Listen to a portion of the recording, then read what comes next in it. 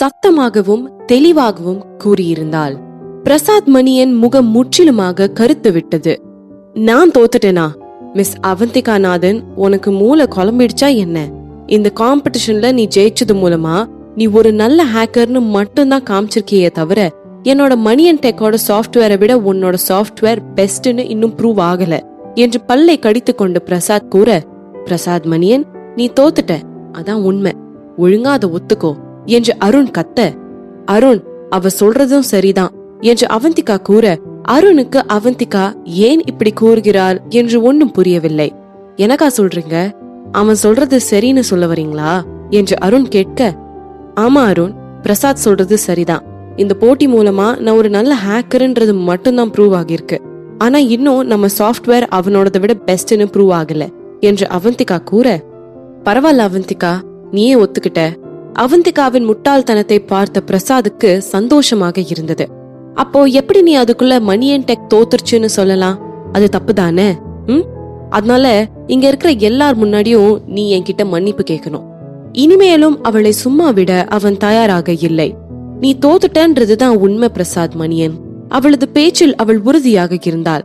ஏன், என்னோட சாஃப்ட்வேர் தான் முதல்ல ஹேக் ஆனதுனாலயா என்று பிரசாத் கேட்க, இல்ல, சாஃப்ட்வேர் டெஸ்டிங் கமிட்டியோட ரிசல்ட்ஸ்னால என்று அவந்திகா கூற, அந்த அரங்கத்தில் உள்ள எல்லோருக்குமே அது அதிர்ச்சி.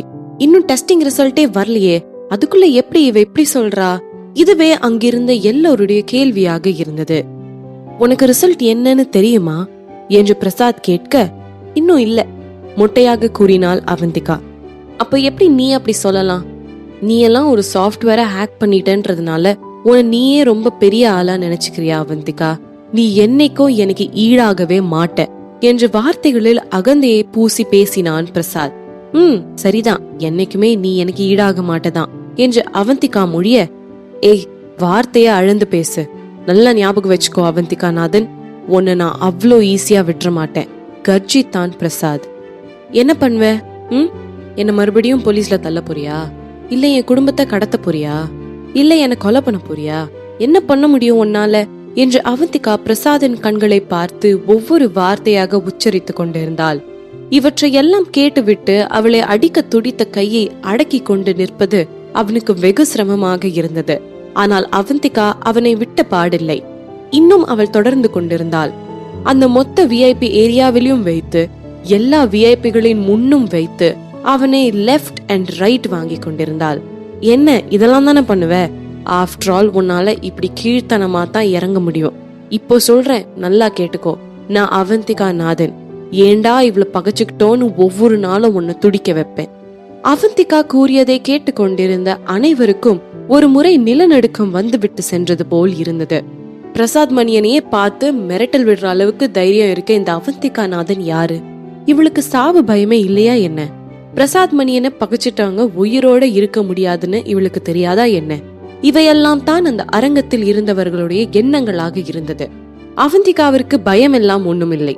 அன்று கௌதமின் பிறந்த நாள் விழாவிற்கு பிறகு எல்லோருக்குமே அவந்திகாவை அழிக்க பிரசாத் மணியன் முயற்சி செய்கிறான் என்பது வெளிப்படையாக தெரிந்த ஒன்றுதான். இன்று தாங்களும் அவனை எதிர்த்து நிற்கிறோம் என்று எல்லோருக்கும் தெரிந்து விட்டு போகட்டுமே, அவ்வளவுதான் அவளது சிந்தனை. மறுபுறம் பிரசாத்திற்கோ முள் மேல் நிற்பது போல் இருந்தது. அவனால் கோபத்தை அடக்கவும் முடியவில்லை, காட்டவும் முடியவில்லை. அவனுள் வஞ்சத்தை கொழுந்து விட்டு எரிய ஆரம்பித்தது. ஒரு பொம்பளை இவ இத்தனை பேர் முன்னாடி என அவமானப்படுத்திட்டாலே. அவனது ஈகோ வெகுவாக அடிபட்டு இருந்தது. ரொம்ப நல்லது அவந்திகா நாதன், உன் தைரியத்தை நான் பாராட்டுறேன். ஆனா மார்க் மை வேர்ட்ஸ், உன்னோட எக்ஸ்பிசி மேனேஜர் டெஸ்டிங்ல தோத்து போன பிறகும் நான் ஜெயிச்ச பிறகும் நான் உன்னை சும்மா விட மாட்டேன். விஷத்தின் வாடை பிரசாதின் வார்த்தைகளில். இப்போ என்ன சொல்ல வர பிரசாத்? நீதான் ஜெயிக்க போறேன்னு உனக்கு அவ்வளோ நம்பிக்கை இருக்கா? அவந்திகாவின் குரலில் பாம்பின் சீற்றம். பின்ன உன்னோட நேத்து முளைச்ச சாஃப்ட்வேர் எல்லாம் ஜெயிக்கும்னு நினைக்கிறியா? காமெடி பண்ணாத என்ன? இகழ்ச்சி இருந்தது பிரசாதின் குரலில். அவனுக்கும் தெரிந்துதான் இருந்தது அந்த எக்ஸ்பிசி சாஃப்ட்வேரின் வலிமை.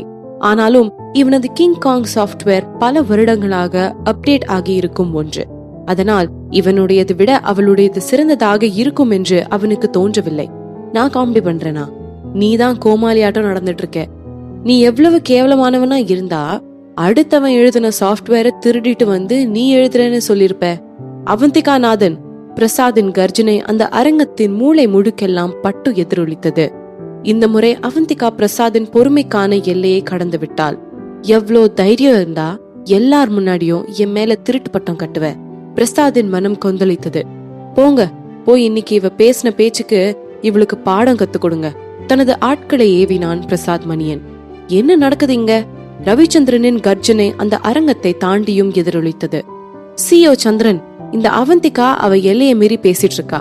இன்னைக்கு நான் அவளை சும்மா விட்டுட்டு போறதா இல்ல. பிரசாதும் இதை சும்மா விடுவது போல் தெரியவில்லை. நான் யாரையும் இங்க எந்த விஷயத்திலயும் தடுக்க வரல. ஆனா இது காம்படிஷன் ஹால், அதுக்கேத்த மாதிரி மரியாதையோட ஒழுங்கா நடந்துக்கோங்க. உறைந்த நீரென்ன எல்லோருடைய செவிகளையும் குத்தி கிழித்தது ரவிச்சந்திரனின் குரல். தன்னுடைய செல்வாக்கை விட ரவிச்சந்திரனுடைய சொல் வாக்கு பல மடங்கு உயர்ந்தது என்று பிரசாதிற்கு தெரியும். அதனால் அவனால் ரவியை பகைத்து கொள்ள முடியாது. நான் எதுவுமே பண்ணல, இவன் மட்டும்தான் எல்லா பிரச்சனைக்கும் காரணம். பிரசாத் வார்த்தைகளை கடித்து துப்பினான். நான் இருக்கிற உண்மையை மட்டும்தான் சொல்லிட்டு இருந்தேன். அவந்திகா அலட்டி கொள்ளாமல் கூறினாள். இன்னும் ரிசல்ட்டே வெளியே வராத பொழுது நான் தோத்துட்டேன்னு நீ எப்படி சொல்லலாம் என்று கூறியவன் ஒரு வினாடி நிறுத்தி வஞ்சம் மின்னும் கண்களுடன், அவந்திகா நாதன், ஒருவேளை நீ தோத்துட்டா நீ என் கால்ல விழுந்து என்ன மன்னிச்சிருங்கன்னு பிச்சை எடுக்கணும். என்ன ஒத்துக்கிறியா என்று கேட்க, டீல் என்று கூறி அவனது எதிர்பார்ப்பை பொய்யாக்கினாள் அவந்திகா. அவள் இப்படிப்பட்ட ஒரு டீலுக்கு கண்டிப்பா ஒத்துக்கொள்ள மாட்டாள் என்று தான் நினைத்திருந்தான் பிரசாத். அந்த அரங்கத்தில் இருந்த எல்லோருக்குமே அதிர்ச்சிதான். அவளோட கம்பெனி சாஃப்ட்வேர் மேல அவளுக்கு அவ்வளோ நம்பிக்கை இருக்கா என்று எல்லோரும் யோசித்துக் கொண்டிருக்க, அவந்திகாவின் குரல் அவர்களின் சிந்தனையை இடையிட்டது.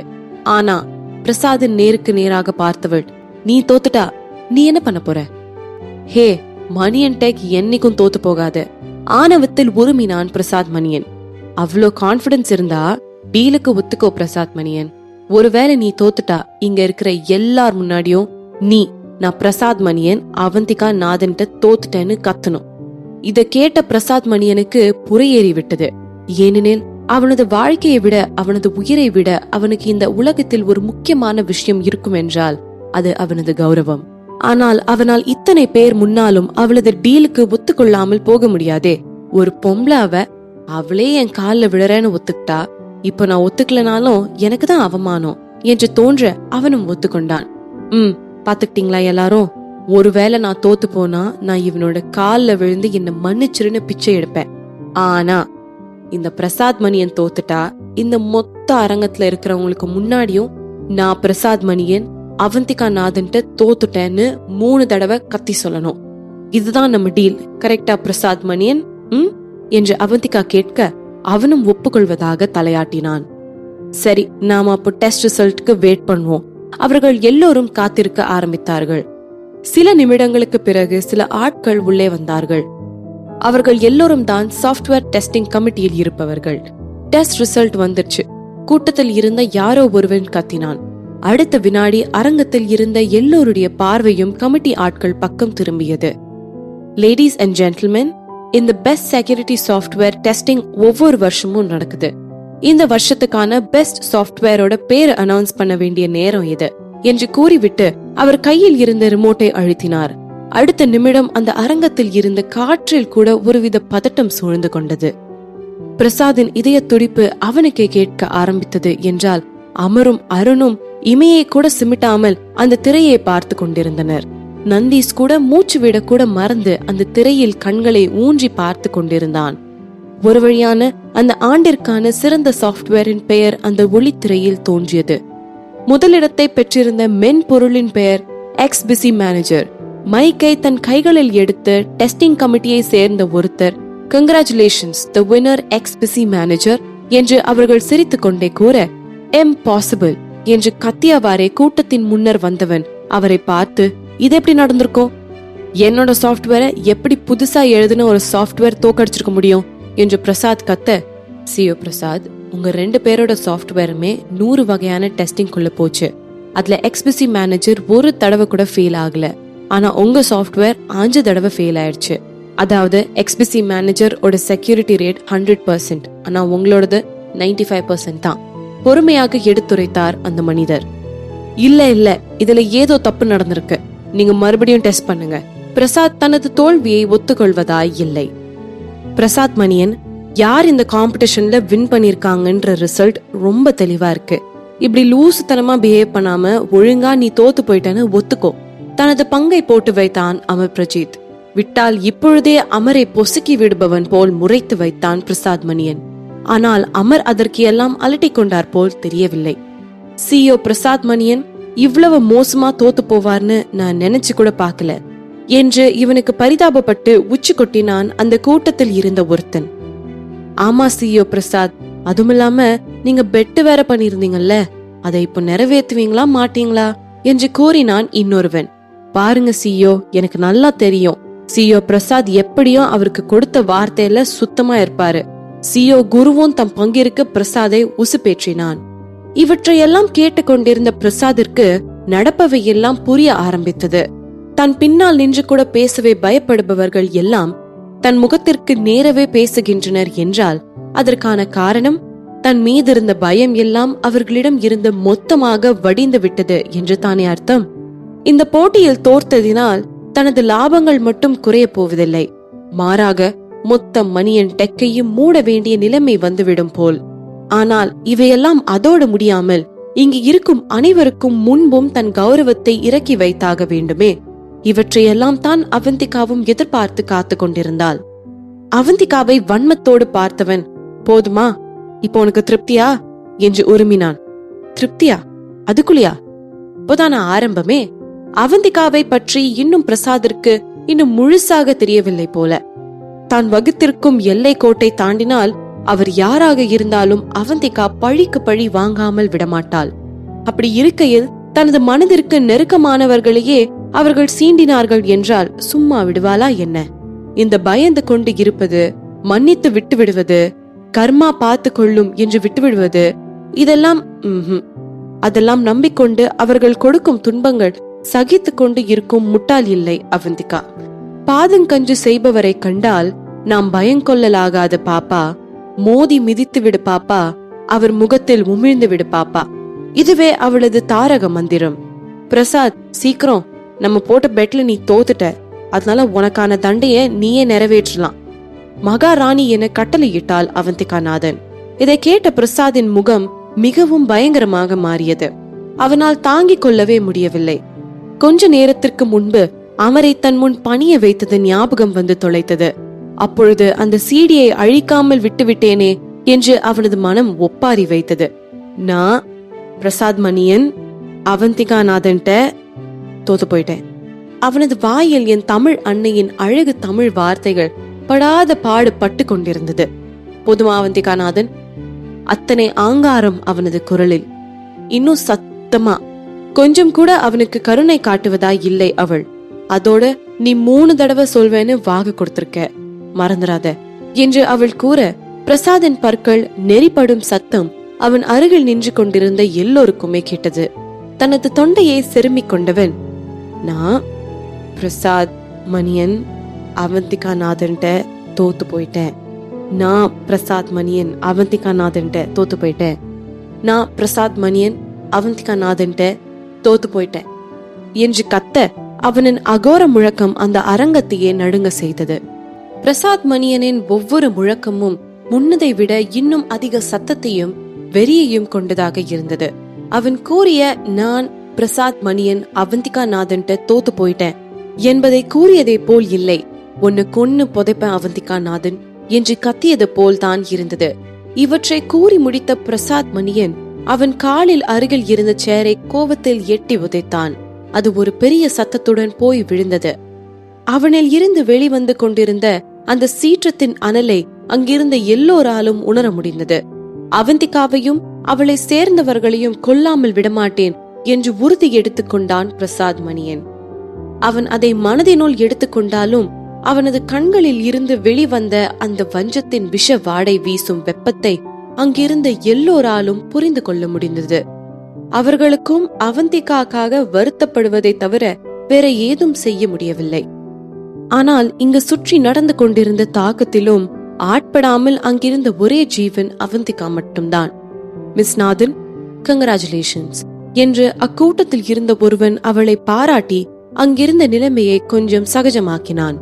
அவனை தொடர்ந்து அங்கிருந்த எல்லோருமே அவந்திகாவிற்கு பாராட்டுகளை வழங்கினார்கள். அவர்களில் நிறைய பேர் சந்திரன் குடும்பத்தோடு ஒப்பந்தம் போட போவதற்காகவும் பாராட்டுகளை வழங்கினார்கள். ஏனெனில் இந்த போட்டியில் முதல் இடம் பெறுபவர்களுக்கு மட்டும் அந்த வாய்ப்பு கிடைக்கும். அவந்திகாவை நோக்கி வந்த ரமேஷ், மேடம், எங்க CEO உங்ககிட்ட பேசணும்னு ஆசைப்படுறாரு என்று கூற, அருண் வாங்க போலாம் என்றான் ஆர்வமாக. CEO அவந்திகா மேடம் மட்டும்தான் பார்க்கணும்னு விருப்பப்படுறாரு என்று ரமேஷ் சிறு சங்கடத்தோடு எடுத்துரைக்க, அவர் பார்ட்னர்ஷிப் பத்தி பேசத்தானே கூப்பிடுறாரு என்று அவந்திகா கேட்க, ஆமா மேடம் என்றான் ரமேஷ்.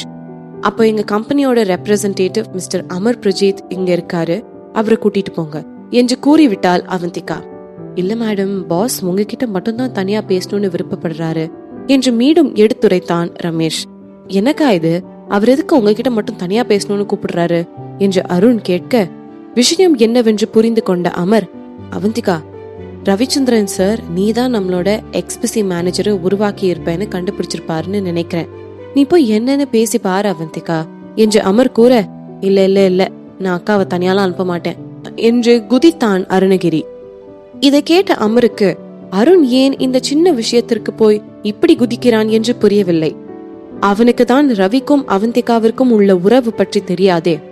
அவந்திகாவை பொறுத்தவரை ரவிக்கும் அவளுக்கும் உள்ள உறவு வெறும் கடந்த காலம் மட்டும்தான். இப்பொழுது அவர்கள் வெறும் பிசினஸ் மட்டும்தான் பேச போகிறார்கள். அதோடு இந்த பார்ட்னர்ஷிப் அவளுக்கு முக்கியமான ஒன்று ஆகும். சரி, நான் வரேன், அவந்திகா ஒப்புக்கொண்டாள். அக்கா என்று அருண் சினுங்க, நான் போயிட்டு வரேன் என்று சிரித்துக் கொண்டே அவனை சமாதானப்படுத்த அணைத்து விட்டு சென்று விட்டாள்.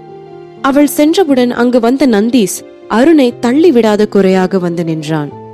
டே அருணகிரி, உன் சீனியர்கிட்ட மறைக்காம சொல்லு, உனக்கும் அந்த பொண்ணுக்கும் என்ன சம்பந்தம் என்று முகம் நிறைந்த புன்னகையோடு கேட்டுக்கொண்டிருக்க, அங்கிருந்த கூட்டத்தில் இருந்தவர்களும் கூட இவன் என்ன பதில் சொல்ல போகிறான் என்று எதிர்பார்த்து காத்து கொண்டிருந்தனர். அவர்களுக்குமே இந்த அவந்திகா நாதன் யார் என்று தெரிந்து கொள்ள ஆர்வம் அதிகமாகவே இருந்தது. மேலும் அங்கிருந்த சிலருக்கு கூட அவளை முன்னரே எங்கோ பார்த்தது போல் இருந்தது. ஆனால் எங்கு என்று தான் அவர்களுக்கு ஞாபகம் வரவில்லை. அருணோ நந்தீசிடம் இருந்து எதையும் மறைக்க எல்லாம் விரும்பவில்லை. சீனியர், அவங்க என்னோட பெரியப்பா பொண்ணு, ஆனா நான் அவங்கள என் கூட பிறந்த அக்காவா தான் பாக்குறேன் என்றான். நந்தீஸுக்கு இன்னும் தெரியவில்லை. உன்னோட அக்கா எங்க இருந்துடா இவ்ளோ நல்லா கோடிங் போட கத்துக்கிட்டாங்க? இரு, அப்போ நீ என்கிட்ட இருந்து வாங்கிட்டு போன புக்ஸ் எல்லாம் இவங்களுக்கு தானா? அப்புறம் அந்த மினி கேம் அதுவும் உங்க அக்கா ரெடி பண்ணது தானா என்று கேட்க, அருணும் ஆம் என்பது போல் தலையாசித்தான். டே ஊமக்கொட்டை, எப்படிடா உன் சீனியர்ட்ட இருந்து நீ இப்படி ஒரு டேலண்ட மறைச்சு வைக்கலாம் என்று அருணின் தோளில் தட்டியவாறு சிரித்துக் கொண்டே நந்தீஸ் கேட்க, அக்கா தன்னோட முகம் அதிகம் வெளியே தெரிய வேண்டாம்னு நினைச்சாங்க சீனியர், அதான் என்று அருண் கூறிக்கொண்டிருக்க, நான் கண்டுபிடிச்சிட்டேன் என்று அந்த கூட்டத்தில் இருந்த ஒருவர் கத்தினார். நான் இந்த அவந்திகா நாதன் யாருன்னு கண்டுபிடிச்சிட்டேன், எனக்கு ஞாபகம் வந்துருச்சு என்று அவன் கத்த, யார் அவங்க என்றபடி திரும்பி நின்றான் நந்தீஸ். நான் அவங்களை யங் மாஸ்டர் கௌதம் சந்திரனோட பர்த்டே பார்ட்டில தான் பார்த்தேன். அவங்க CEO ரவிச்சந்திரனோட எக்ஸ் வைஃப். அதான் அவங்களை எங்கேயோ பார்த்திருக்கோமேன்னு தோணிட்டே இருந்துச்சு என்று அவர் அவந்திகாவை எங்கே பார்த்தோம் என்று கண்டுபிடித்து விட்ட சந்தோஷத்தில் துள்ளி குதித்து கொண்டிருக்க, அமரின் கண்களும் நந்தீசின் கண்களும் ஆச்சரியத்தில் விரிந்திருந்தன. ஏதோ ஒரு இனம் புரியாத எண்ணங்கள் அவர்கள் இருவரின் மனதிலும் சூழ்ந்து கொண்டது. இங்கே ஒரு அறையில் இருந்த மேசையில் எதிர்க்கெதிரே ரவியும் அவந்திகாவும் அமர்ந்திருந்தனர். அவந்திகா வந்ததில் இருந்து அவளின் ஒவ்வொரு அசைவுகளையும் கூர்ந்து கவனித்துக் கொண்டிருந்தான் ரவிச்சந்திரன். ஆனால் முகத்தில் எதையும் காட்டிக் கொள்ளவில்லை, சாதாரணம் போலேயே வைத்திருந்தான். நிமிடங்கள் கடக்க ரவிச்சந்திரன் ஏதும் பேச போவது போல் தெரியவில்லை. ஏதும் சொல்றதுக்கு இல்லன்னா கிளம்புறேன் என்று அவந்திகா கூற, உனக்கு என்கிட்ட சொல்ல எதுவும் இல்லையா அவந்திகா? ஒரு வழியாக தன் திருவாயை திறந்து விட்டான் ரவிச்சந்திரன். என்ன சொல்ல வரீங்க? அவந்திகா அவன் என்ன கூற வருகின்றான் என்று புரியாமல் கேட்க, உனக்குள்ள நடந்திருக்க மாற்றங்கள் பத்தி சொல்லு நிதானமாக கேட்டான் ரவிச்சந்திரன். எதுக்கு? அவள் கூறுவதாயில்லை. உனக்கு மறந்து போன பழைய ஞாபகங்கள் எல்லாம் திருப்பி ஞாபகம் வந்துருச்சா? அவனும் விடுவதாயில்லை. வழிமுறை தான் வேறு. ஆமா. இதுக்கு முன்னாடியே நீ கம்ப்யூட்டர்ல எக்ஸ்பர்ட்டா இருந்தியா? ஆமா. நான் உன்னை ரொம்ப கம்மியா எடை போட்டுட்டேன் அவந்திகா. ஐ ஆம் இம்ப்ரெஸ்ட். அவனது குரலில் உண்மையான பாராட்டு இருந்தது. நாம இங்க நம்மளோட பார்ட்னர்ஷிப் பத்தி தான் பேச வந்திருக்கோம்னு நினைக்கிறேன். ஞாபகம் படுத்திக்கிறாளாம். அவள் என்றோ அவர்களது கல்யாணம் என்ற கனவில் இருந்து முழுமையாக எழுந்து விட்டிருந்தாள் போலும். அவள் கூறியதை கேட்ட ரவிச்சந்திரனின் கண்கள் மின்ன, சரி, அப்போ நம்ம பார்ட்னர்ஷிப் பத்தியே பேசலாம் கூறியவனின் புதட்டில் மென்னகை. அவளிடம் சில பேப்பர்களை கொடுத்தவன், டாக்குமெண்ட் நல்லா படிச்சு பாத்துக்கோ, எல்லாமே ஓகேனா நாளைக்கு என்னோட கம்பெனிக்கு வந்து கான்ட்ராக்ட சைன் பண்ணி கொடு, விளக்கம் அளித்தான். அவன் கொடுத்த டாக்குமெண்டை வாங்கியவள் கிளம்ப எழுந்து நின்றாள். அத படிச்சே பாக்கலையா? எங்க போற? ரவிச்சந்திரனின் கேள்வி இது. நான் இந்த டாக்குமெண்ட்டை வீட்டுக்கு எடுத்துட்டு போய் படிச்சுட்டு எனக்கு எல்லாமே ஓகேனா என்னோட கம்பெனியோட CEO அமர் பிரஜித் நான் சைன் பண்ண கான்ட்ராக்டை எடுத்துட்டு வந்து நாளைக்கு உங்ககிட்ட கொடுப்பாரு. இல்ல அவந்திகா, இப்பயே இங்கேயே பாரு. அந்த டாக்குமெண்ட்ல உனக்கு ஏதாச்சும் பிரச்சனை இருந்துச்சுன்னா இப்பயே நாம டிஸ்கஸ் பண்ணிடலாம். அதோட எனக்கு என்ன தோணும்னா, அது உன்னோட கம்பெனி தானே, அதாவது நீ தானே அதை ரன் பண்ற என்று அவன் கேட்க, இதை ரவிச்சந்திரன் அறிந்து வைத்திருப்பான் என்று அவந்திகா எதிர்பார்க்கவில்லை. மறுபடியும் தனது இரு கையில் அமர்ந்தவள் அந்த டாக்குமெண்டின் பக்கங்களை புரட்ட ஆரம்பித்தாள். எதிரில் இருந்த ரவி ஒரு டீயை குடித்தவாறு இவளை ஆராய ஆரம்பித்தான். இப்படி ஒரு அபூர்வமான மாற்றத்தை அவன் அவந்திகாவிடம் சுத்தமாக எதிர்பார்க்கவில்லை. அவந்திகாவின் இந்த மாற்றத்தை அறிந்த போது அவன் எப்படி உணர்ந்தான் என்றால், ஏதோ ஒரு சூப்பர் ஹீரோ தனது குடும்பத்தை சேர்ந்தவர் என்று தெரிய வந்தால் நமது மனநிலை எப்படி இருக்குமோ அப்படிதான் ரவிச்சந்திரனுக்கும் இருந்தது. அவனது நிலைமையில் வேறு ஒரு மனிதன் இருந்திருந்தால் ஏண்டா இவளை டிவோர்ஸ் பண்ணோ என்று வருத்தப்பட்டிருப்பான். ஆனால் ரவிக்கு அதிர்ச்சி இருந்ததே தவிர அவனுக்கு வருத்தம் எல்லாம் இல்லை. ஏனென்றால் அவர்களின் டிவோர்ஸ்க்கு பிறகுதானே அவனால் இந்த புது அவந்திகாவை பார்க்க முடிந்தது. அதோடு கடந்த காலத்தை பற்றி பேச வேண்டும் என்றால் அப்பொழுதெல்லாம் அவனை பொறுத்த வரையில் அவந்திகா அவனது மனைவி, அவனது சந்திரன் குடும்பத்தின் மருமகள், அவனது மகனுக்கு தாய், அவ்வளவுதான். ஆனால் இன்றில் இருந்து அவளை பற்றிய ஏதோ ஒன்று தன்னுள் மாறி இருப்பதை அவனால் உணர முடிந்தது. அவனால் இனிமேல் அவந்திகா நாதன் என்ற இந்த பெண்ணை தன் வாழ்வில் இருந்து தவிர்க்க முடியும் என்று அவனுக்கு தோன்றவில்லை. அவளை பற்றி முழுவதுமாக தெரிந்து கொள்ள அவன் எண்ணம் கொண்டான். எந்த பெண்ணிலும் இல்லாத ஒன்று, ஏதோ அது ஏதோ, அடி ஏதோ உன்னிடம் இருக்கிறது. அவனது மனம் பின்னணி பாடியது. தனது டீ கப்பை மேசையின் மீது வைத்தவன், எவ்வளவு நேரம் வேணும்னாலும் எடுத்துக்கோ, பொறுமையா படிச்சு பாரு, உனக்கு ஏதாச்சும் சந்தேகம் இருந்தா என்கிட்ட தயங்காம கேளு, பெரிய மனதுக்காரனாம். இந்த பார்ட்னர்ஷிப்போட லாபத்தை 4/6 பிரிச்சிருக்கிறீங்களா? படித்து கொண்டிருந்த பேப்பரை விட்டு தலையை நிமிர்த்தியவள் திடீரென கேட்டாள். ஆம் என்பது போல் தலையை அசைத்தவன், அது கம்மின்னு தோணுச்சுன்னா வேணும்னா 5/5 வச்சுக்கலாம், இல்ல 7/3 பேரம் பேசினாள். 7/3, அதாவது உனக்கு 7 எனக்கு 3. அவளுக்கு ஒருவேளை திருப்தி இல்ல போல இந்த பங்கு விகிதத்தில் என்று நினைத்து கொண்டான் ரவிச்சந்திரன். தனது தலையை வலதும் இடதுமாக அசைத்தவள், இல்ல எனக்கு 3 உங்களுக்கு 7 என்றாள். இதை கேட்ட ரவிச்சந்திரனுக்கு ஆச்சரியமும் குழப்பமும் ஒருங்கே இணைந்தது. ஏன் என்று கேட்டான். யாராவது தானாக தேடி வரும் வாய்ப்பை தட்டி கழிப்பார்களா என்ன? அவனுக்கு புரியவில்லை. ஏன்னா இந்த தடவை நீங்க செஞ்ச உதவிக்காக. ஓ, நன்றி கடன். புரிந்து கொண்டான். போலீஸ் ஸ்டேஷனில் இருந்து வெளியே எடுத்தான் அல்லவா, அதற்காகவும். ஆனா அவந்திகா, நீ எனக்கு எந்த நன்றி கடனும் தர வேண்டிய அவசியம் இல்ல. நீ கௌதமோட அம்மா, உனக்கு ஹெல்ப் பண்ண வேண்டியது என்னோட கடமை. அவந்திகாவின் கண்களை உற்று பார்த்து கூறினான் ரவிச்சந்திரன். இல்ல, நம்ம 2 பேருக்கும் டிவோர்ஸ் ஆகிருச்சு. இப்போ உங்களுக்கும் எனக்கும் எந்த சம்பந்தமும் இல்ல, தெளிவாக கூறிவிட்டாள் அவந்திகா. கேட்ட ரவிச்சந்திரனுக்கு தான் ஏதோ சுருக்கென்று இருந்தது. ஆனால் முகத்தில் காட்டிக்கொள்ளவில்லை. சரி, இத காம்பன்சேஷனா வச்சுக்கோ, நீதான் ஜீவனாம்சத்தையும் வாங்கிக்கலையே. முகத்தை சாதாரணமாக வைத்து கொண்டு தான் கூறினான். சரி, அப்போ 4/6 ஃபிக்ஸ் பண்ணிக்கலாம். நாளைக்கு CEO அமர் பிரஜித் உங்ககிட்ட கான்ட்ராக்ட் பேப்பர்ஸை எடுத்துட்டு வந்து கொடுப்பாரு. எனக்கு வேற சில முக்கியமான விஷயங்கள் இருக்கு, நான் அங்க போகணும். Thank you for the meeting. நடையை கட்ட எத்தனித்தவள், நீ கான்ட்ராக்ட் பேப்பர்ஸை முழுசா படிச்சு முடிச்சிட்டியா என்று கேட்டான் ரவிச்சந்திரன். முடிச்சுட்டேன். பதில் மட்டும்தான் வந்தது. ஆள் என்னவோ திரும்பி கூட பார்க்கவில்லை. ரவிக்கு தான் என்னடா இது என்றாகிவிட்டது. பிசினஸ் பேசுறதுக்குன்னு சில ஃபார்மாலிட்டிஸ் இருக்கே, அதுல 1-2 இந்த பொண்ணுக்கு தெரியுமா தெரியாதா? அவந்திகாவிற்கு அவள் பிசினஸ் செய்யும் முறை தவறாகவெல்லாம் ஒன்றும் தெரியவில்லை. அக்ரிமெண்ட் பேசி முடிச்சுட்டா கிளம்ப வேண்டியதானே, இதுதான் அவளது எண்ணமாக இருந்தது. அவள் வீட்டிற்கு போகும் வழியெல்லாம் அமரும் அருணும் அவள் மீது ஆச்சரிய பார்வையை செலுத்திக் கொண்டு வந்தார்கள். போன 5 நிமிடத்திற்குள் வெளியே வந்தவள், பிசினஸ் பார்ட்னர்ஷிப் எல்லாம் பேசி முடித்தாயிற்று என்று சொன்னால் அவர்களும் தான் என்ன செய்வார்கள்?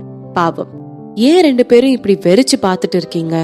அக்கா, நீங்க உள்ள போய் 5 நிமிஷம் கூட ஆகல, ஆனா நீங்க மொத்த டீல்லையும் பேசி முடிச்சிட்டீங்களா? அவனால் நம்ப முடியவில்லை. ஆமா அருண், எல்லாமே ரெடியும் ஆகிருச்சு. அமர், நாளைக்கு நீ போய் கான்ட்ராக்ட சைன் பண்ணி குடுத்துட்டு வந்துரு.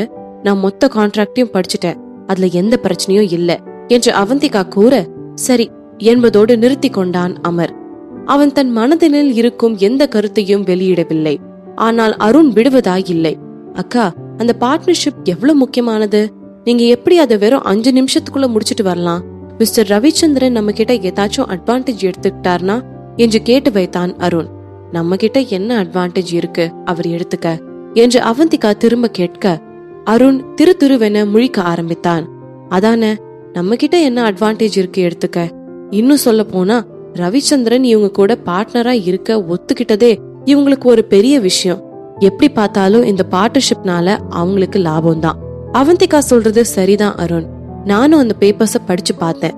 நம்மள மாதிரி ஒரு ஸ்டார்ட் அப் கம்பெனிக்கு இது உண்மையாலுமே ரொம்ப பெரிய டீல் என்று சிரித்து கொண்டே கூறியவன், ஆனா கண்டிப்பா பிரசாத் மணியன் இதுக்கு பழி வாங்க வருவான். நீங்க 2 பேரும் தான் ரொம்ப பாதுகாப்பா இருக்கணும் என்று முகத்தை சீரியஸாக வைத்துக் கொண்டு கூறினான் அமர். இதை கேட்ட அருணும் கவலை தோய்ந்த முகத்தோடு, அக்கா, நாம ஏன் பாடி கார்ட்ஸ நம்ம பாதுகாப்புக்காக ஏற்பாடு பண்ண கூடாது? எனக்கெல்லாம் ஒன்னும் பயம் இல்ல, உங்களுக்கு ஏதோ ஆபத்து வந்துடக்கூடாதுன்னு தான். ஆனா அவனுக்கு அதுக்கெல்லாம் நேரம் இருக்காது அருண் என்றவுடன் கேட்ட அருணின் முகத்தில் அதிர்ச்சி. ஏங்கா அப்படி சொல்றீங்க என்று இன்னும் அதே நிலையில் அருண் கேட்க, ஏன்னா அவன் பிஸியா இருப்பான் என்று தோளை குலுக்கினாள் அவந்திகா. அக்கா, விளையாடாதீங்க. அருணுக்கும் அவந்திகாவின் மூளையில் என்ன ஓடுகிறது என்று புரிந்து கொள்ள முடியவில்லை. ஆனால் அவந்திகா சொன்னது என்னமோ 100க்கு 100 உண்மைதான். பிரசாத்திற்கு இவர்களை கவனிக்கெல்லாம் சுத்தமாக நேரம் இருக்கவில்லை. அவன் ஹேக்கர் காம்படிஷனில் இருந்து வெளியே வந்த மறு நிமிடம் அவனது பங்குதாரர்களிடம் இருந்து கால் வர ஆரம்பித்து விட்டது.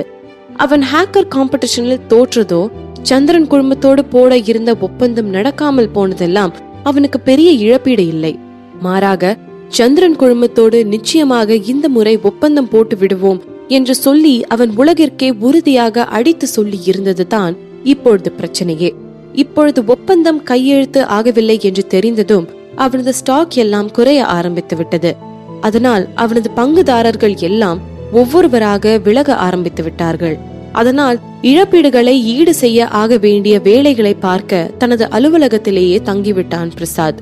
பவித்ராவின் கால்களை எடுத்து பேச கூட அவனுக்கு நேரம் இருக்கவில்லை. பவித்ராவிற்கு ஹேக்கர் காம்படிஷனில் நடந்த எந்த விஷயங்களும் தெரியாது. அவளை பொறுத்தவரை தனது கணவன் திரும்பி வந்தவுடன் அவந்திகாவை அழிப்பதற்கான அடுத்த திட்டத்தை போட வேண்டும்.